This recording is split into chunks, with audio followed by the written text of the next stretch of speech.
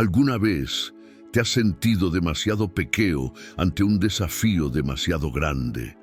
Como si todo a tu alrededor conspirara contra lo que Dios dice que puedes ser. Entonces te identificarás y mucho con Gedeón, un hombre común, temeroso, casi invisible, que vivió una de las transformaciones más sorprendentes de la Biblia. Y lo más asombroso, Dios no solo lo llamó, sino que lo equipó para liderar una nación entera hacia la libertad, con solo 300 hombres y sin armas convencionales. Esta no es solo una historia de fe, es un manual práctico sobre coraje, obediencia y cómo el cielo responde cuando elegimos confiar. A lo largo de este contenido, descubrirás cómo Dios derriba gigantes con jarras, trompetas y seales divinas. Y quizás, entre una línea y otra, encuentres la respuesta que estabas buscando para tu propia batalla. Vivir en los tiempos de los jueces no era tarea fácil. El pueblo de Israel oscilaba entre la obediencia y el olvido de Dios, y las consecuencias llegaban a caballo, o mejor dicho, con los madianitas. Estos tipos no dejaban nada en pie: plantaciones, ganado, paz, todo era saqueado. ¿Y sabes qué es peor? Era resultado directo de la desobediencia. Israel sembraba, pero no cosechaba. Trabajaba, pero no veía fruto. Estaban cosechando lo que habían dejado de sembrar en fidelidad. El Antiguo Testamento registra este ciclo repetitivo con un tono casi didáctico. La desobediencia lleva a la opresión, que lleva al arrepentimiento, que clama por la liberación, que solo viene con la intervención divina. En esa época el pueblo ya estaba escondido en cuevas, abandonando sus casas y tierras por miedo. Los madianitas eran como una plaga viva, devastando todo lo que tocaban. No era solo guerra, era vergüenza, era humillación. Pero hay algo que el pueblo de Dios siempre supo hacer bien: clamar. Y eso fue lo que hicieron. Cuando el sufrimiento alcanzó el límite, recordaron a aquel que los había sacado de Egipto, y Dios, como siempre, escuchó. Pero antes de enviar socorro, envió a un profeta con un mensaje directo: ustedes se han olvidado de mí. No hubo abrazos ni consuelo, hubo verdad. Y a veces es exactamente eso lo que necesitamos para despertar. Es curioso cómo el dolor nos acerca al cielo. El pueblo que se escondió de los enemigos ahora se arrodilla ante Dios. Y Él responde, pero de forma pedagógica: primero confronta, luego dirige. Porque no sirve arrancar al pueblo de las manos de los enemigos si el corazón todavía está lejos del Seor. El camino de la liberación de Israel pasaba, antes que nada, por el arrepentimiento sincero. Este momento histórico también es un espejo para nuestra realidad. ¿Cuántas veces hemos vivido siendo robados por la ansiedad, el miedo, la duda? ¿Cuántas veces hemos perdido lo que es nuestro por no priorizar la presencia de Dios? Los madianitas de hoy pueden tener otros nombres, pero siguen actuando de la misma manera, succionando la vida de aquellos que se alejan de la fuente. Pero la buena noticia es que el cielo sigue escuchando.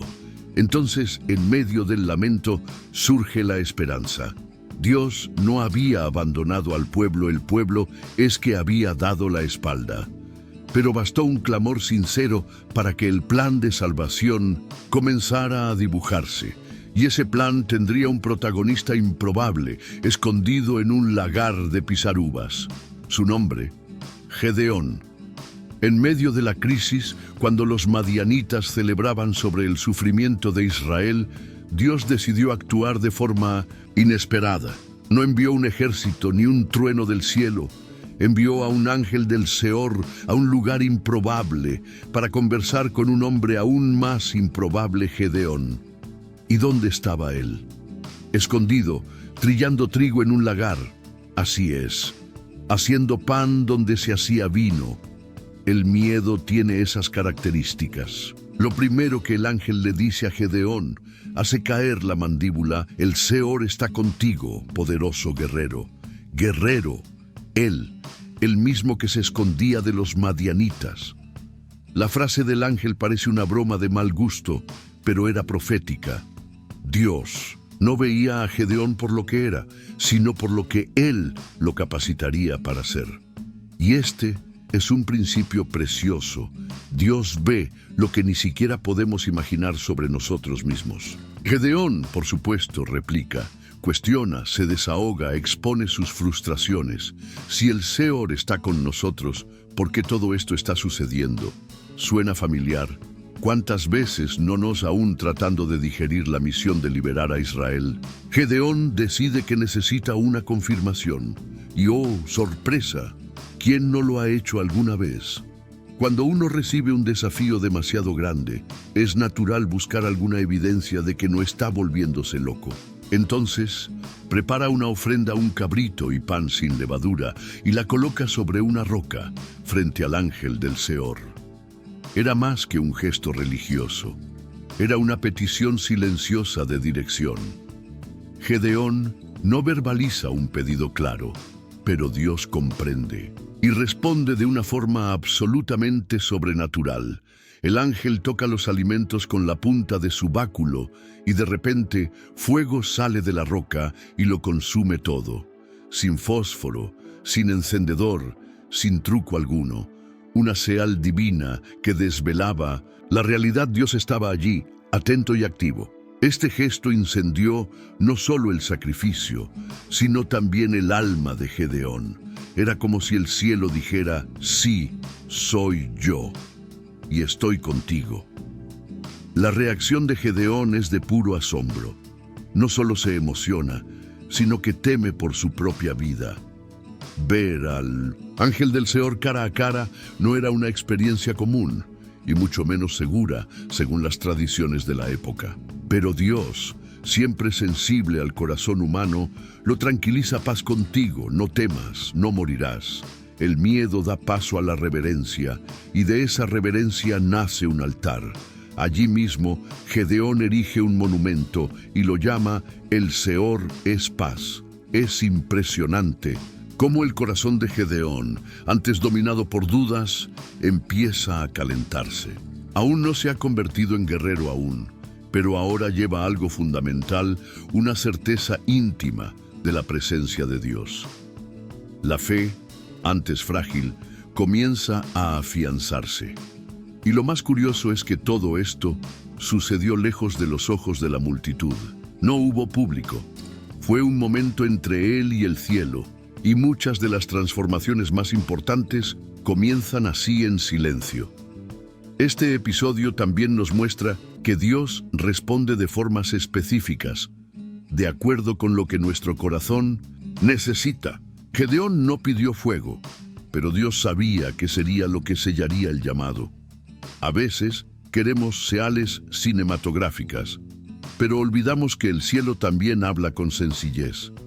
La ofrenda se hizo con humildad, y el fuego cayó porque el corazón estaba disponible.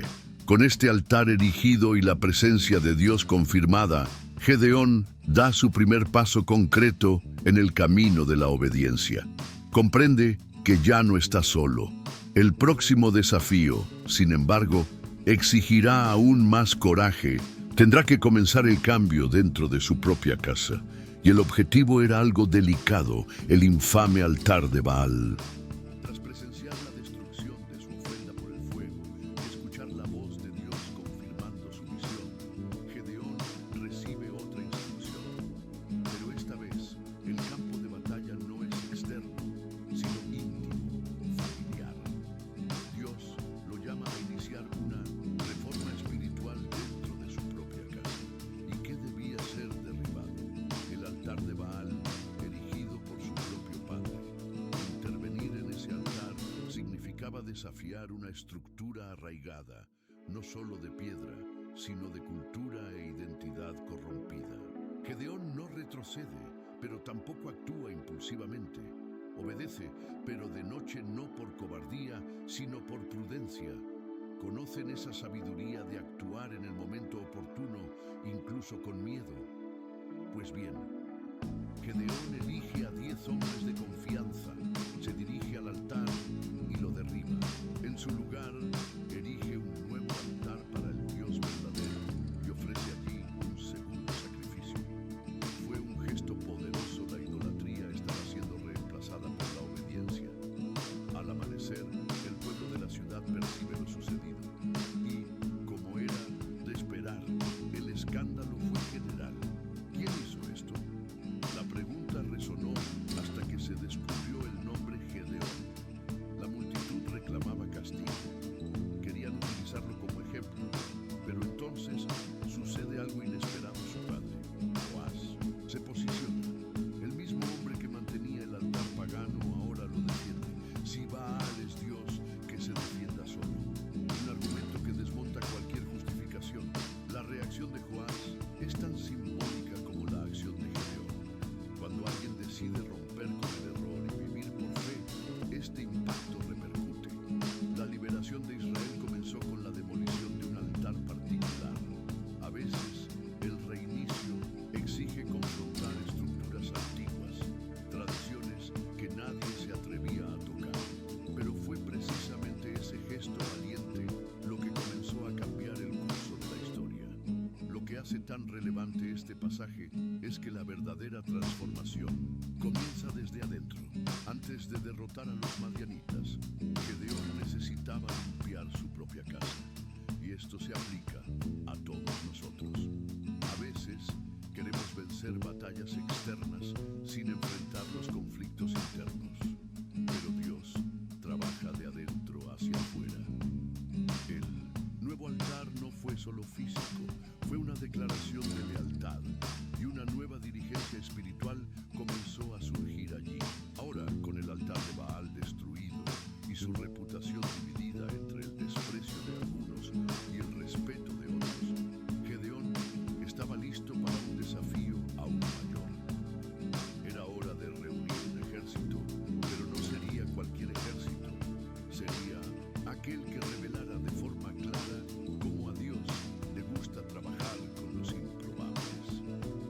Confrontando la idolatría y con el altar de Baal en ruinas, Gedeón da el siguiente paso: reunir un ejército.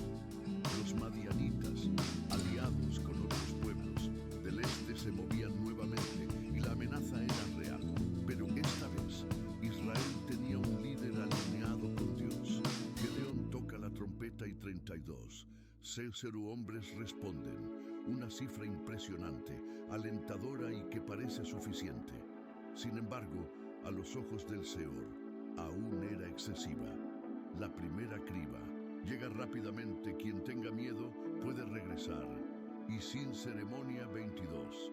0 se retiran. Ahí vemos como el miedo paraliza más que la batalla en sí. Gedeón queda con 10. Sí, aún así para Dios era demasiado. Él quería que la victoria milagrosa fuera incontestable, sin margen para la gloria humana. Lo que parecía reducción, en realidad era refinamiento.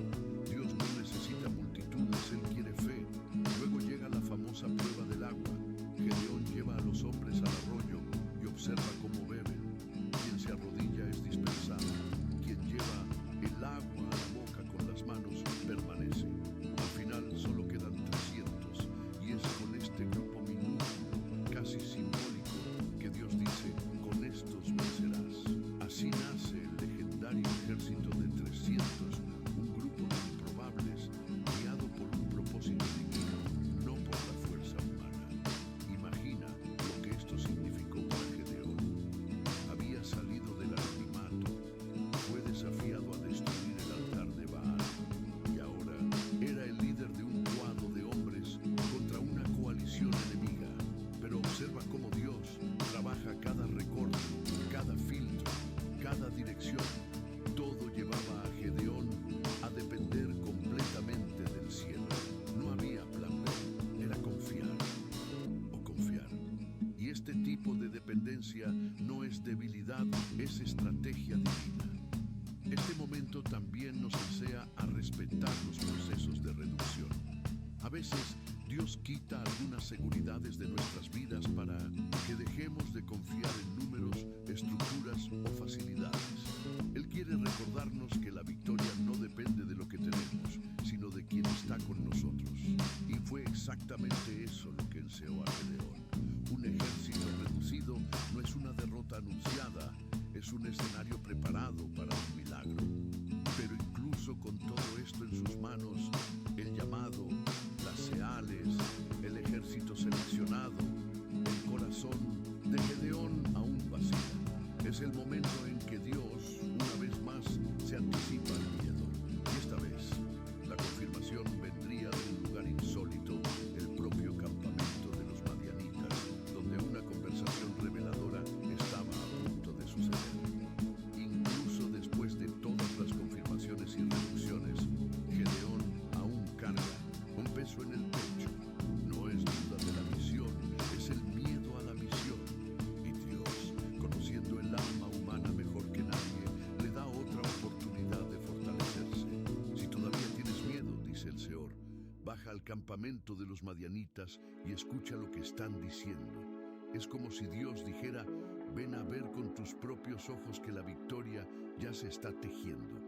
Gedeón baja discretamente con su siervo. Caminan entre las sombras en silencio, atentos al menor sonido.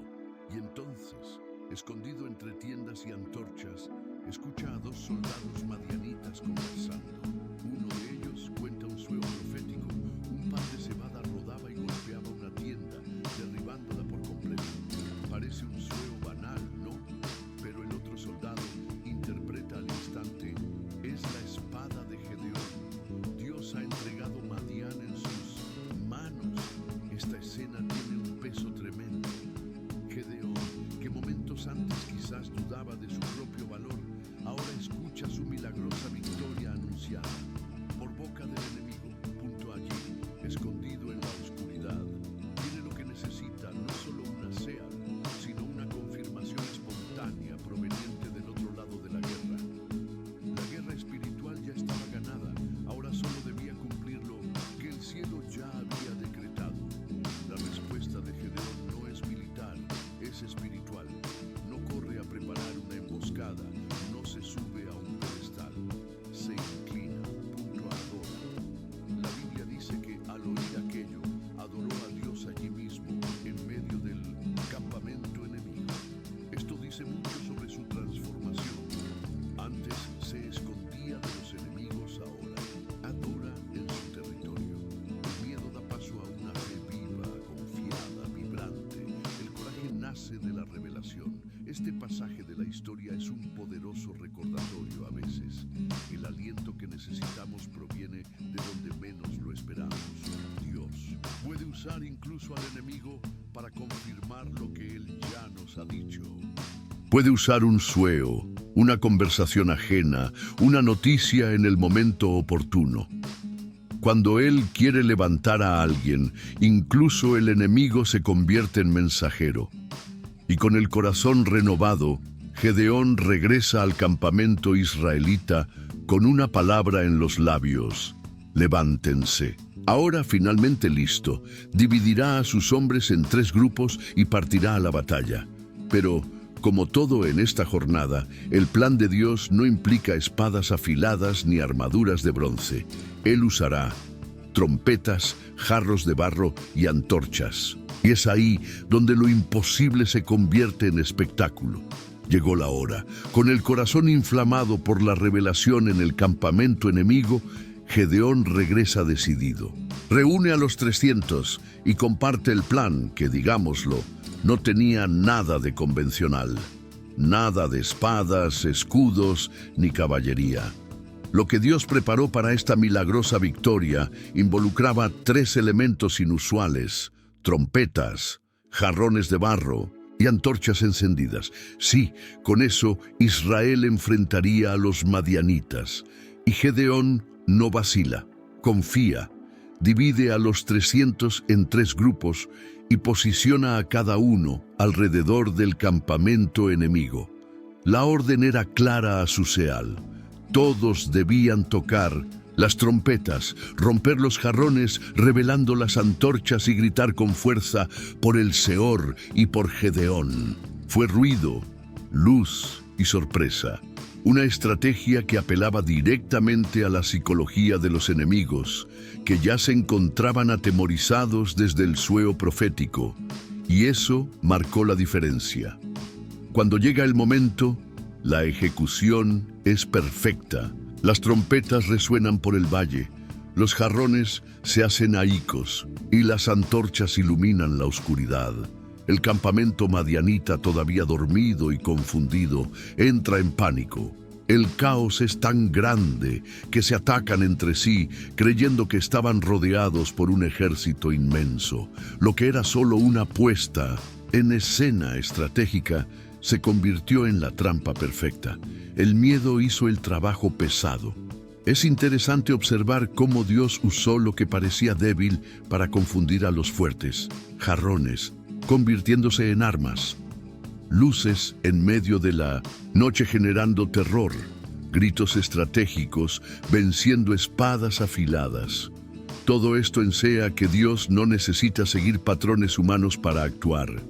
Cuando Él está al mando, cualquier herramienta se convierte en instrumento de poder. Basta con la obediencia, algo que Gedeón y sus hombres demostraron en cada paso. El resultado no podía ser otra victoria completa. Los enemigos huyeron, los sobrevivientes fueron perseguidos y derrotados. El pueblo que antes vivía oprimido, ahora respiraba libertad. Y todo comenzó con un hombre común, con dudas, inseguro, escondido, pero que decidió creer paso a paso, seal tras seal, hasta que lo imposible se convirtió en realidad. La liberación de Israel estaba consumada. Un nuevo tiempo había comenzado. Pero antes de cerrar este capítulo, vale la pena recordar cada elemento de esta victoria: los 300, las trompetas, las pruebas, los miedos superados conlleva un valor simbólico. Y los números no fueron meramente estadísticas. Fueron mensajes vivos de que Dios usa la cantidad correcta, en el momento oportuno, de la forma adecuada. Y eso es lo que exploraremos en el próximo tema. Y ahora que conoces de cerca el viaje de Gedeón, detente y reflexiona cuál es tu campo de batalla hoy. ¿Qué te ha pedido Dios que destruyas como el altar de Baal, pero aún vacilas por miedo? ¿Estás rodeado de 32,000 posibilidades o listo para confiar en tus 300? Esta historia nos reta a dejar de esperar circunstancias ideales y a comenzar a obedecer, incluso cuando todo parece improbable. Entonces, ¿qué harás con lo que has aprendido aquí? ¿Esperarás otra Seal? ¿O serás la Seal que Dios quiere usar en tu generación? Si este contenido conmovió tu corazón, te inspiró o te brindó claridad, no lo guardes solo para ti. Suscríbete al canal, activa la campanita de notificaciones y acompáñate de cada nueva historia, cada nueva lección, cada nueva revelación. Gedeón comenzó en secreto, pero terminó haciendo historia. ¿Y tú? ¿Te quedarás donde estás o te levantarás?